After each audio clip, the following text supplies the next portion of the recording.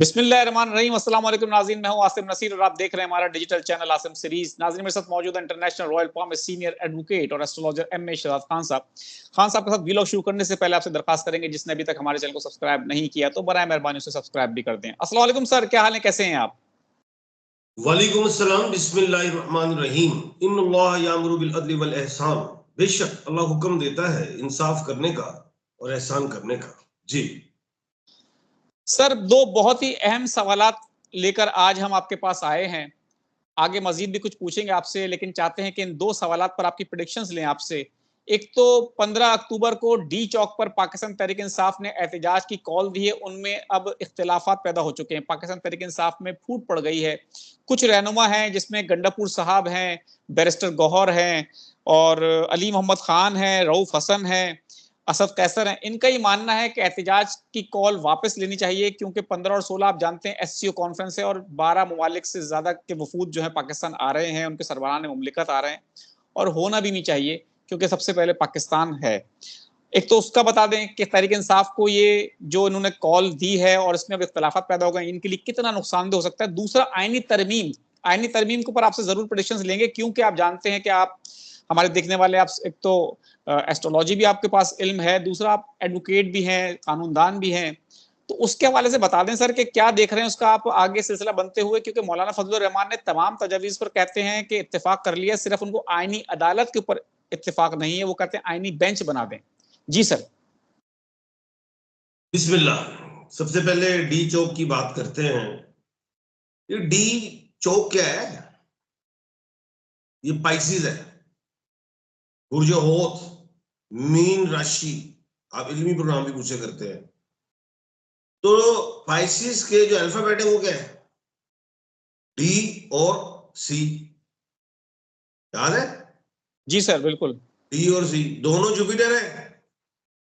D चौक दो मुश्तरियों का मालिक, मंगल का साल, मंगल ही साल का बादशाह। लेकिन जुपिटर रेट्रोग्रेड हो गया है 9 अक्टूबर को, उठा हो गया। अब ये एहतजाज की काल है। अब कहने का मतलब ये है कि अल्लाह पाक हमारे मुल्क पाकिस्तान अपना रहमत रखे। 9 मेंबर्स की है ये शंघाई कॉन्फ्रेंस। इसके मेंबर्स 9 कंट्रीज हैं और 40% से ज्यादा दुनिया में आवाम कोई डील करती। बिल्कुल। ये 40 4 है, 9 फिर मंगल है। 9 ममालिक की शंघाई कॉन्फ्रेंस होती, 9 नंबर इधर आ गया 9। और मंगल का नंबर क्या है? मार्च का 9। उधर डी चौक दो मुश्तरियां। तो इसमें लड़ाई कोई भी अगर पीटीआई आगे फ्रंट फुट पे आती है तो दमादम मस्त कलंदर हो जाएगा। हुकूमत अपने हाथ धो लेगी, फिर हाथ धो देगी, फ्रंट फुट पे हुकूमत भी चली जाएगी। यानी कि नुकसान प्रिजनर वैन्स वही देख रहा हूं, फिर तसादम देख रहा हूं।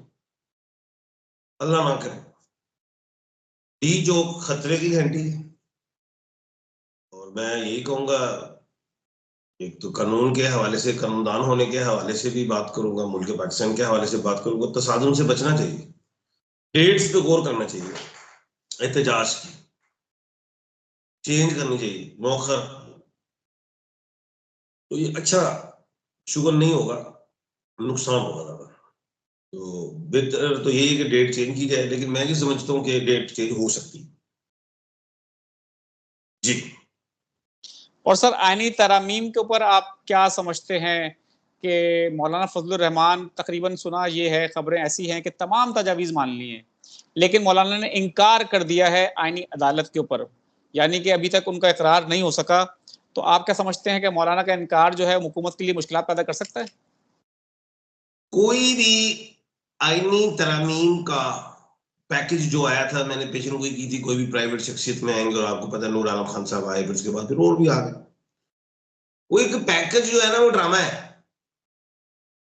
उसमें जो असल बात है वो है आईनी अदालत। आईनी तरामीम एक ड्रामा है, उसमें जो खास बात है आईनी अदालत है। आईनी अदालत नहीं बनी तो डिले भी होता रहे, हुकूमत की कोई परवाह नहीं। उन्होंने 25 से पहले पूरा जोर लगाना है कि हम आईनी अदालत बना जाए, और आईनी अदालत 25 से पहले नहीं बनी तो हुकूमत भी घर जाएगी, और 25 के बाद फिर जब मर्जी वो आईनी तरामीम होती रहे, उसकी कोई वैल्यू नहीं होगी, खुश हो जाएगा प्रोग्राम, क्योंकि दबाव का शिकार हो जाएगी हुकूमत बहुत ज्यादा। 25 के बाद हुकूमत कमजोर। दूसरी चीज जो अहम है, अच्छा 25 को क्यों मैं कहता हूं हुकूमत कमजोर, 2 और 5 7 है, सख्ती मुनाफिकत की होती है। फिर 7 जो जब 25 गुजर गई तो हुकूमत के हाथ में से बाजी, जो उसने तीर कमान पकड़ा हुआ है वो कमान ही टूट जाएगा, उसका कमान टूट जाएगी, हुकूमत की कमान टूट जाएगी, तीर भी यूज नहीं होगा। अब हम आते हैं असल तरफ, आईनी अदालत एक तरफ और दूसरी तरफ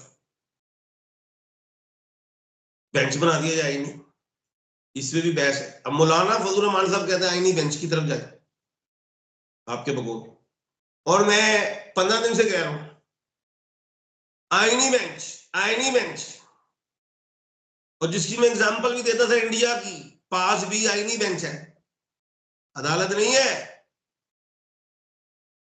तो आईनी बेंच बन जाए, बन जाए, ये मेरी ख्वाहिश आ गई, ये मौलाना साहब की ख्वाहिश आ गई, पब्लिक की भी आ गई, चलो बुकला दराज भी कुछ कह देंगी, ये तो हमारी ख्वाहिश है। अब पेशेंट कोई क्या है, एम ए शिजाल खान की, जी सर, और पेशेंट कोई है, आईनी बेंच नहीं बनना,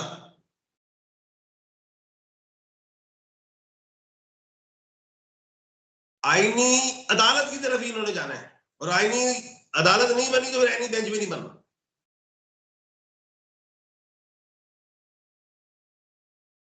ये आ गई पेशेंट कोई। अब आते हैं, इससे आगे बढ़ते थोड़ा सा। अब honourable chief justice of Pakistan कौन आ रहे हैं सुप्रीम कोर्ट में, आप बताएं सर। वो मंसूर अली शाह साहब का नाम मैं नंबर 1 पे रख लिया मैंने, पेशेंट कोई की तरफ गया हो।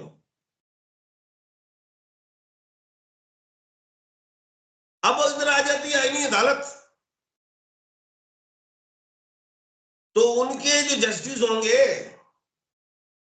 उनके भी तो चीफ ही जस्टिस होंगे ना, वो कौन बनेंगे, बनाएगा कौन, वो मेरी पेशेंट कोई आई, मैं फिर लेके आया पेशेंट को दोबारा उठा के, जो मैं कह रहा हूं वजीर आजम की एडवाइस से सदर पाकिस्तान नोटिफाई करेंगे, अपनी मर्जी से लाएंगे जस्टिस साहब, आईनी अदालत में ये पेशेंट कोई कर दी ठप करके, तो उसके बाद क्या हमेशा ही फिर क्या वजीर आजम जो है एडवाइस किया करेंगे, जस्टिस साहब बना करेंगे, नो, फिर जुडिशियल काउंसिल से बना करेंगे, फर्स्ट अपॉइंटमेंट होगी इधर से, और उसके बाद जो नेक्स्ट अपॉइंटमेंट हुआ करेगी वो जुडिशियल काउंसिल से। ये पेशेंट हुई आ गई। अब आईनी अदालत नहीं बनी तो आईनी बेंच भी नहीं बनता, बिल्कुल पेशेंट गोइयां कर दी, आज तो भरमार आपको जी। जबरदस्त सर, हम भी ये चाहते हैं कि आप पेशेंट गोइयां करें, उसके बाद हम फॉलो अप करें ताकि पता चले कि आपकी पेशेंट गोइयां कितनी दुरुस्त साबित हो चुकी हैं। और इससे पहले भी हमने देखा ਜਦੋਂ ਸਾਬਤ ਹੋ ਜਾਂਦੀ ਹੈ ਕੋਈ ਸਾਨੂੰ ਵਾਟ ਸ਼ਾਟ ਵੀ ਦੇ ਦਿਆ ਕਰੋ, ਜਿਹੜੀਆਂ ਹਜ਼ਾਰਾਂ ਸਾਬਤ ਹੋਈਆਂ ਉਹਦਾ ਕੀ करना है सर, लोग आपको नीचे कमेंट करते हैं ना, मोहब्बत प्यार मोहब्बत की बातें करते हैं। चलो ठीक है, दिल आ जाते हैं, दिल बने हुए। बिल्कुल सर, वो यही कर सकते हैं।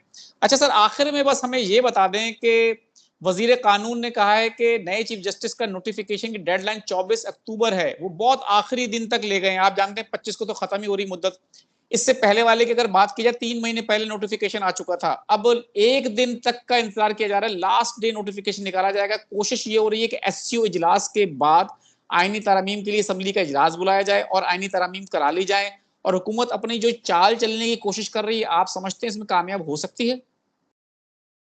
मैंने पेशेंट गोई की थी पहले भी आज से 10-12 दिन पहले आपकी चैनल पे कि 17 के बाद इन्होंने आईनी पैरिस ले आना है, आईनी तरमीम ले आना 17 के बाद। एक बात, अब बात ये है कि बगैर मुलाना के ये करेंगे कैसे, नंबर्स कहां से लाएंगे।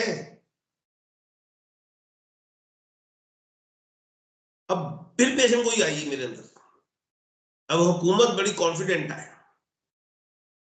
अल्लाह ना करे, मैं कोई इख्तलाफी बात नहीं कर रहा हूं, पेशेंट कोई है, अगर हुकूमत जीतती है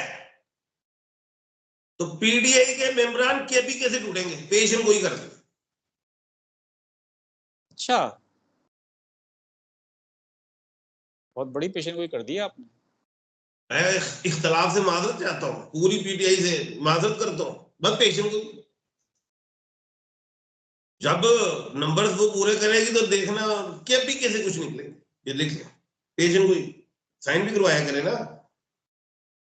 सर पेशेंट को ये नोट हो रही है आपकी, ऑन रिकॉर्ड है, वीडियो आपकी रिकॉर्ड हो चुकी है, आवाम ने देख ली है, अब वो बताएंगे पेशेंट को, जब आपकी पूरी होती है तो वही बताएंगे, वही फैसला साज है। और पेशेंट को ऐसी होनी चाहिए जो किसी को समझना है और बाद में साबित हो, फिर क्लैपिंग हो। बिल्कुल ठीक है, बिल्कुल ठीक है सर, बहुत बहुत शुक्रिया सर। आखिर में कोई मैसेज देना चाहते हैं हमारी आवाम को? मैं यही कहूंगा, शंघाई कॉन्फ्रेंस है, इसको एंजॉय करें, टीवी लगा के देखें, कानून को हाथ में नहीं लेना। बिल्कुल ठीक है सर, बिल्कुल ठीक है सर, बहुत ही खूबसूरत मैसेज है, कानून को हाथ में किसी सूरत में नहीं लेना चाहिए। नाज़रीन, यहाँ हमारे वीलॉग का वक्त खत्म हुआ, मुझे और एम शहजाद खान साहब को दें इजाजत। आखिर हमारा वही पैगाम है, मुस्कुराएं, प्यार बांटें और अपने आसपास के लोगों का ख्याल रखें। अल्लाह हाफिज। अल्लाह हाफिज।